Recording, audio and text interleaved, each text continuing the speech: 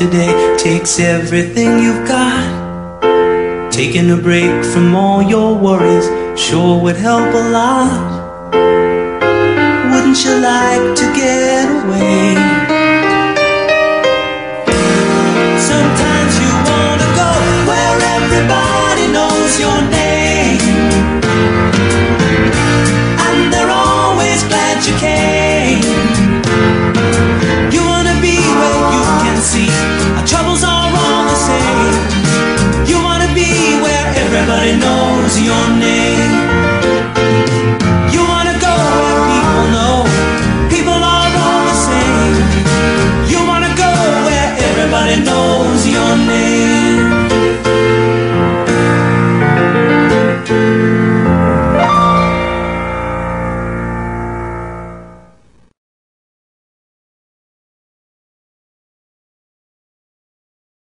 Really, the idea is based on tribes of monkeys. It's really stupid. It's great for 50 monkeys. It's not good for 300 million human beings. To have one person reside over everyone, one person be our representative, and we don't trust him enough to give him more than a 4-year stretch at a time. You know, we don't trust him to keep doing it. And after 8 years, you're done. Get the fuck out. It doesn't matter if you're the best at your job of all time. The temptation for corruption is just too powerful. We will not allow the best person for the job to continue to have this job. Yeah. We won't allow them. Bill Clinton would have done another 4 years if you let him. No, I'm sorry. Next guy, moving in. We got the next crook in town, and this guy's got his gang with him. Dick Cheney and Halliburton, they come with fucking shovels and bags, and you're stealing everything. That's the funniest presidency of all time. Yeah. CEO of Halliburton, a company that makes its money by fixing shit after the United States blows it up in war. They get fucking billions of dollars in no-bid contracts to fix stuff after we blow it up because the guy who used to be their CEO wants to go to war in Afghanistan and Iraq. Think of that. How could that even be legal? The idea, the only way it could be legal is you would have to assume that this person for sure is incapable of doing something inhumane, like going to war for any reason other than the fact that American lives are in danger. There's no way they would go to war just for profit. That's unheard of. So that has to be assumed, otherwise it couldn't be allowed. You wouldn't allow someone who is once the CEO of a company that fixes up shit we blow up to just start taking over and blowing things up at an unprecedented rate. Oh, what a coincidence. This guy's the vice president, and now we've blown up more shit than ever in history. Whoopsies. I mean, between... It's totally coincidental. Don't worry about that. Those motherfuckers took us to war for money. Isn't that amazing? Remember that and one? They've always done it. People have always done that.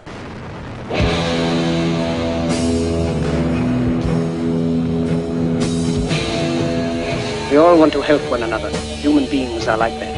We want to live by each other's happiness, not by each other's misery. We don't want to hate and despise one another. In this world there's room for everyone, and the good earth is rich and can provide for everyone. The way of life can be free and beautiful. We have developed speed, but we have shut ourselves in. Machinery that gives abundance has left us in want. Our knowledge has made us cynical, our cleverness hard and unkind.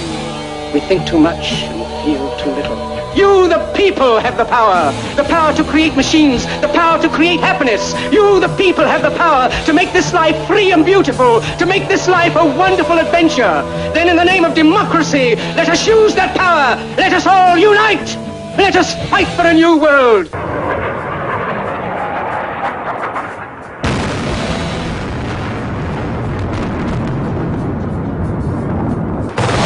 Generals gathered in their masses, like witches at black masses, evil minds that plot destruction, sorcerer of death's construction. In the fields of bodies burning, as the war machine keeps turning, death and hatred to mankind, poisoning their brainwashed minds. Oh, Lord, yeah.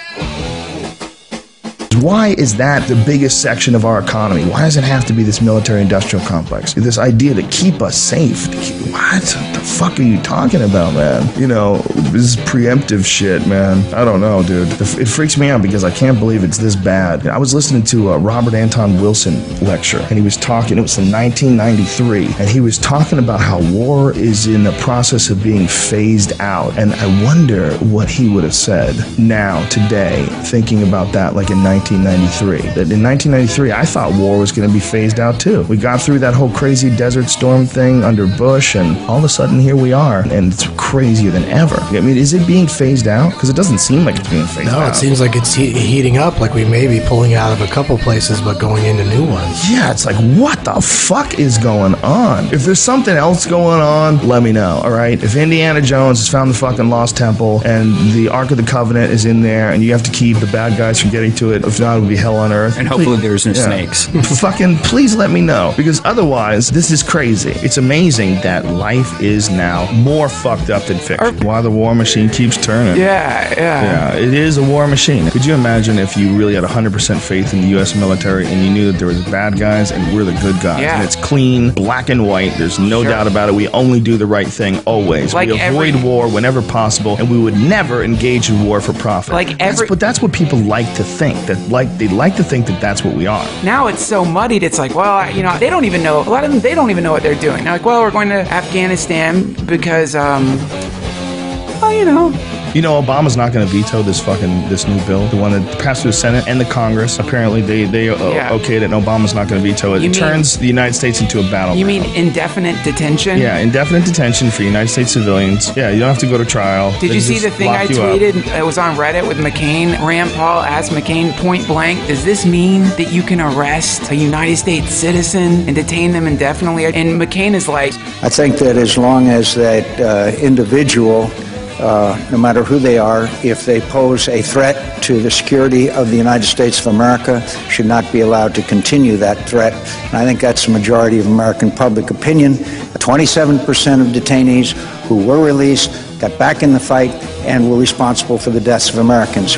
So I like what they're saying. What they're saying is, listen, this is some fucking dirty warfare and we need some extra power, but we're not going to abuse it. But the problem is you can't get that extra power because everybody abuses power once they get it. Otherwise, there would already be an accounting for all the fucking money that's missing. There would already be, there would already be some repercussions for all the lies that were told that led us to believe there was weapons of mass destruction. Just straight up lies. They made up some sort of a story. Or they fabricated some evidence, and it became the real reason why people supported the idea of going there, and yet it didn't exist. So if we know that, it's just somehow or another, it kind of gets swept under the rug. That a war was started on bullshit. A country that had absolutely no connection that we could see makes no sense. Oh, we gotta go over there and get him. He's got weapons of mass destruction. Okay, listen, we were gonna go to war with the people that killed us, but we can't figure out who the fuck they are. Since we can't get them, let's go get some people that look like them. Yeah. Let's go get some people in another country, not even from the same country. How about you stop occupying these fucking countries that don't really need us? No one needs us in Afghanistan. That's right. This is a timeless tale. It's been told back and forth. The last edition was Vietnam, but apparently nobody fucking learned from it. The Gulf of Tonkin incident happened, and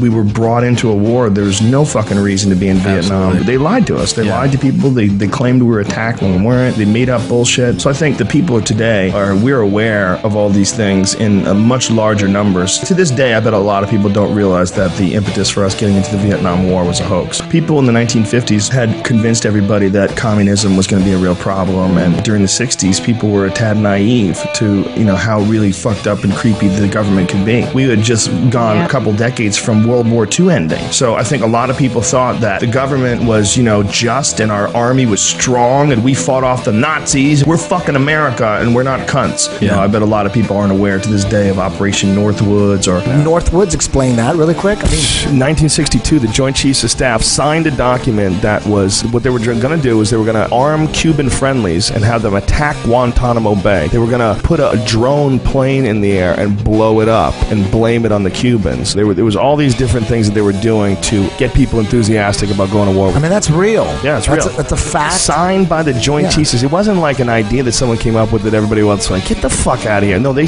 signed it. They put it together. Kennedy. This is a plan. Yeah, Kennedy vetoed it. So it's happened before. Well, look how we got into Iraq and Afghanistan, and somehow or another, the whole thing takes place in front of everybody's eyes. Yeah, if that's on not TV. like a brilliant jacking, what is? Well, I was talking to a friend of mine last night, and we were having this conversation about why we're in Afghanistan. I go, do you see a threat in Afghanistan? When was the last time they even talked about the war in Afghanistan being because there's a threat? You know what I hear about Afghanistan? I hear about trillions of dollars in minerals. I hear about 90% of the world's opium. I hear about natural gas pipelines. Wow. We're over there for what reason? What are we doing? You know, people say there's no way that people would go to war just for money. And I'm like, there's no way they wouldn't. All corruption evolves, and if it's not checked, it gets stronger and stronger. And all you have to do is just go back to the Kennedy assassination, go back to Lyndon Johnson, go back to Richard Nixon and Watergate, and they're all crooks. Yeah. They've always been crooks, and no one got caught. Whoever the fuck shot Kennedy, you know, it was Lee Harvey Oswald. He acted alone. Yep. Sure he did. Shut the fuck up. I just think we're at a stage right now where people are starting to realize that the stuff that's written down on paper is not necessarily serving the human beings that it's supposed to represent. That's right. That's why we need that Ron Paul guy, even though he doesn't believe in evolution. There's a big move for Ron Paul right now, man. He's moving. Ron Paul is neck and neck with Newt Gingrich right now in the Iowa poll. Great. That is unprecedented. People, they're not expecting this. It's pretty amazing watching the debates. Anybody that speaks besides Ron Paul, it's like total bullshit. All these other guys are falling apart. That's the crazy thing about these dummy Republicans.